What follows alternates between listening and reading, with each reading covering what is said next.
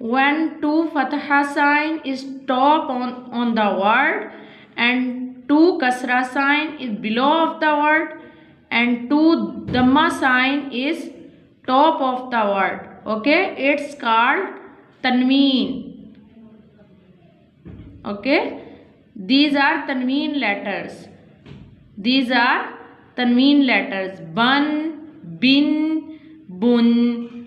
Two fatha sign and two kasra sign and two dhamma sign are called tanween. Okay, so we call it ban, bin, bun. ठीक है बेटा, जब दो फतहा के sign ऊपर होंगे वर्ड के और दो कसरा के साइन वर्ड के नीचे होंगे और दो जम्मा के साइन वर्ड के ऊपर होंगे, उसको हम क्या कहेंगे?